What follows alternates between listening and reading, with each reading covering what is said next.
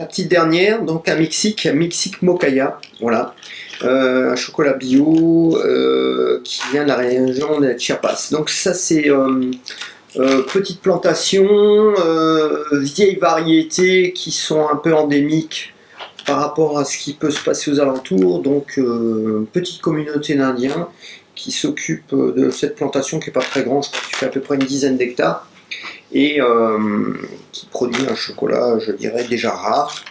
Donc automatiquement, quand ils en contrôlent un petit peu la pérennité des vieilles variétés, et qui sont attachés à ça, qui ne se font pas polluer par d'autres choses, ça donne que des choses intéressantes, ça nous allons voir.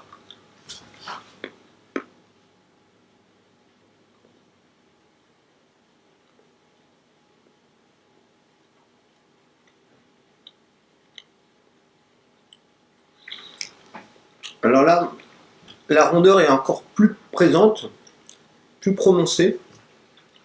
Ça envahit vraiment la bouche.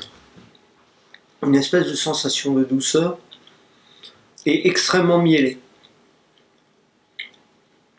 Là, ça empâte toute la bouche, sans être lourd, hein. Ça garde toujours la vivacité en même temps, hein. C'est pas un chocolat qui est lourd, hein. L'envahissement est agréable. Les notes de miel sont très délicates, sur du miel d'acacia, des choses très fines.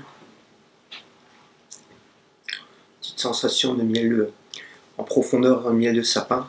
Et puis après, là, le développement en bouche commence à venir. Là, ça commence à prendre la totalité de la bouche.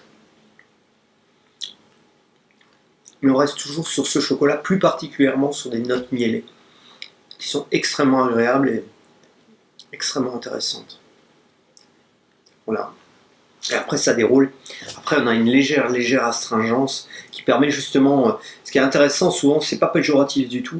On pense toujours que l'astringence est péjorative, bien au contraire, c'est souvent ce qui permet de donner le petit coup de fouet dans la dégustation pour éviter d'empâter le palais.